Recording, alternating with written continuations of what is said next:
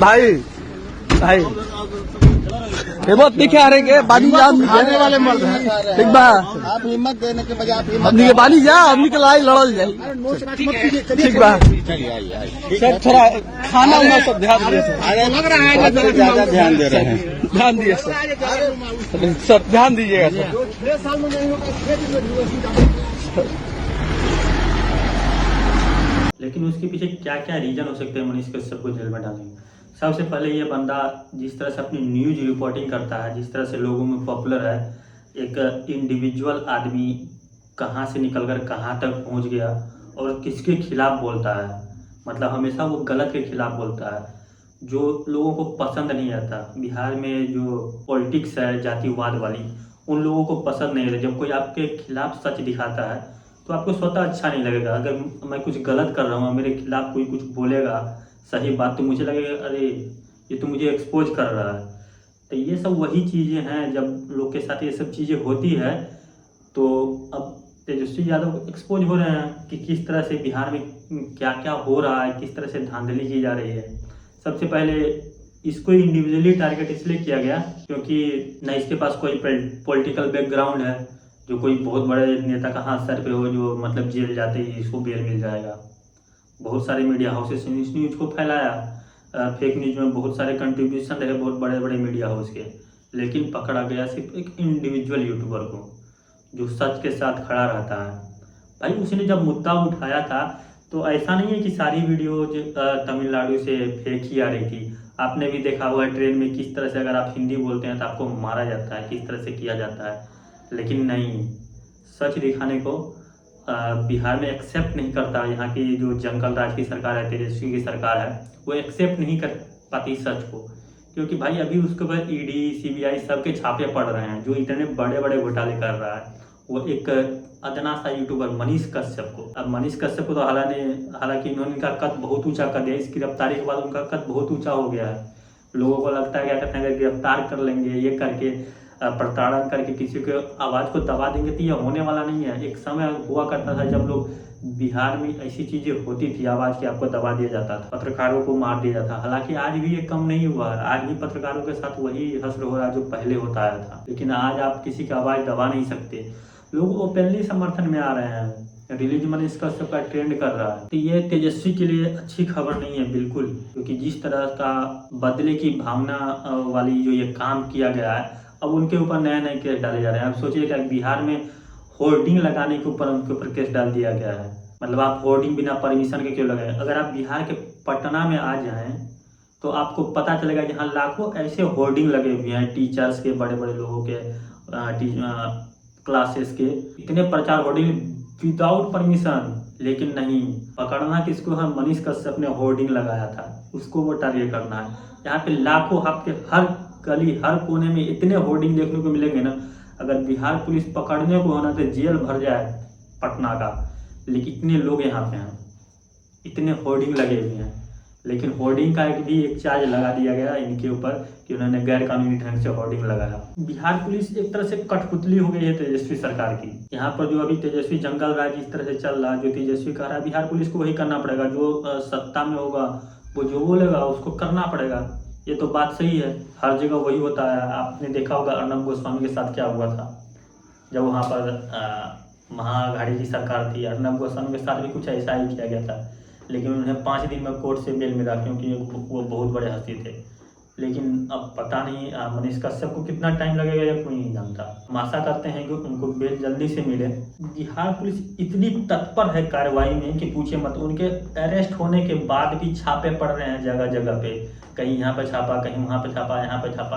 भाई वो बंदा को ऐसे ट्रीट किया जा रहा है जैसे एक आतंकवादी को ट्रीट किया जाता। आतंकवादी को भी इवन इस देश में ऐसा ट्रीट नहीं किया जाता। आतंकवादी के ह्यूमन राइट होते हैं, उनके लिए कोर्ट रात के 12 बजे 2 बजे सुबह में भी खुल जाता है।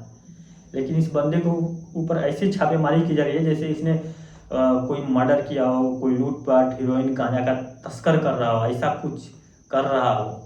इस तरह से इसके ऊपर छापेमारी किया। हर दिन नए केस, कुछ ना कुछ नया बखेड़ा खड़ा करके नया केस ला दिया जाता है। और मीडिया भी कुछ इस ढंग से प्रसारित कर रही है जैसे मनीष कश्यप ने बहुत बड़ा कुछ कर दिया हो। हालांकि बहुत सारे लोग इनके समर्थन में आ रहे हैं और आना भी चाहिए लोगों को समर्थन में, समर्थन बहुत जरूरी है। आप किसी की आवाज़ को दबा नहीं सकते, इसका मतलब आप सत्ता में तो आप कुछ करेंगे ऐसा नहीं चलेगा। क्योंकि एक टाइम था जब जनता के पास बातें पहुंचती थी, रेडियो का जमाना होता था, तब न्यूज आती थी, तब लोगों को पता चलता था। लेकिन आज वो नहीं है, आज कब कहाँ कैसे क्या हो रहा है सबको पता है। और सच्चाई क्या है यहाँ सबको पता है कि बिहार पुलिस किस तरह से मनीष कश्यप को प्रताड़ित कर रही है, कितनी तत्परता के साथ मनीष कश्यप के घर को कूद कर दिया जाता है इतनी जल्दी में, मतलब अरेस्ट वारंट मिनटों घंटों में निकल जाता है। लेकिन जब यहाँ पर कोई हत्या होती है, कुछ होता है, तो वहाँ पे साला अपराधी ही फरार है, पता ही नहीं चलता अपराधी कहाँ गया नहीं गया, बस हत्या हो जा रही है और कोई कुछ नहीं बोलता है।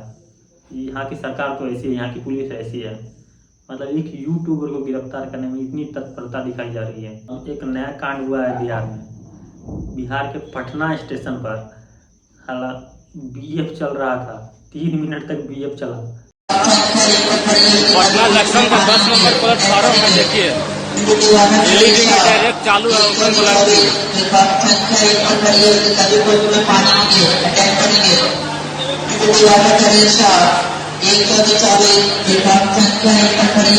पटना जंक्शन का 10 नंबर प्लेटफार्म है,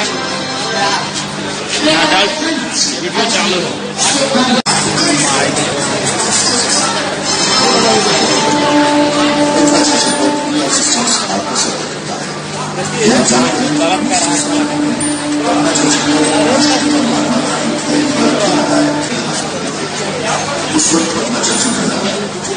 अब देखिए बिहार इतना विकासशील राज्य है और उसमें पटना स्टेशन पर बीएफ चल रहा है। लोग ब्लू पिक्चर का आनंद लेते हैं, पोर्न मूवी का आनंद लेते हैं। हालांकि जो एजेंसी थी उसके खिलाफ केस दर्ज कर लिया गया है, लेकिन बिहार का विकास देखिए किस तरह जा रहा है। एक तरफ लोग विकास की बात करते हैं बिहार में, दूसरी तरफ जंगल राज है। अगर आप यहाँ पर आएंगे, कुछ दिन रहेंगे, बिहार के राजनीति को आप समझते हैं तो पता चल जाएगा कि यहाँ पर किस तरह की चीज़ें हो रही है। अगर आप नहीं समझते तो आपको पता ही नहीं चलेगा, कहीं पे कुछ हो रहा है, कहीं पे आए दिन पटना में हत्याएं हो रही है, गोलियां चल रही है, किसी न किसी की जान जा रही है, लेकिन बिहार पुलिस बस देख रही है और उसका काम ही देखना है। जब तक ऊपर से ऑर्डर नहीं आएगा, गोली चल जाए, कोई मर जाए, कुछ हो जाए, बस काम देखना है। लेकिन मनीष कश्यप को गिरफ्तार करने में इतनी ज़्यादा स्पीड मैंने आज तक बिहार पुलिस की नहीं देखी। ये लोग इतना तेज दौड़ते नहीं होंगे जितना तेज में मनीष कश्यप को इन्होंने गिरफ्तार कर लिया है। मनीष कश्यप को भगोड़ा बता दिया था इन लोगों ने, जबकि वो बंदा खुद बोला भाई मैं जब बिहार पुलिस क्या करे गिरफ्तारी वारंट लेके आएगी तो मैं अपना गिरफ्तारी दे दूंगा। और उसने जाके थाने में खुद गिरफ्तारी दिया, आत्मसमर्पण किया। और लोग ऐसे रिप्रेजेंट कर रहे हैं कि जैसे उसने कोई बहुत बड़ा कांड कर दिया हो। बहुत से लोग उनके सपोर्ट में खड़े हैं, लेकिन बहुत अब देख लीजिए तमिलनाडु के ऊपर जो कांड हुआ था उसमें बड़े बड़े लोगों ने ट्वीट करा हुआ था, वो भी मनीष कश्यप से पहले ट्वीट करा हुआ था कि इस तरह की चीज़ें हुई है तमिलनाडु में, सरकार उस पर ध्यान दे। लेकिन गिरफ्तारी का जब टाइम आया तो सिर्फ मनीष कश्यप को टारगेट किया गया। पप्पू यादव जैसे बड़े नेता जो हर दिन समाज सेवा की बात करते हैं, उन्होंने कई सारे ट्वीट दागे, लेकिन उसको गिरफ्तार नहीं किया गया, क्योंकि पता है अगर पप्पू यादव के ऊपर हाथ डालेगा कोई तो उसे चाहे लालू यादव का बेटा तेजस्वी यादव हो या कोई और हो, उसे अंजाम भुगतना पड़ेगा, सबको पता है।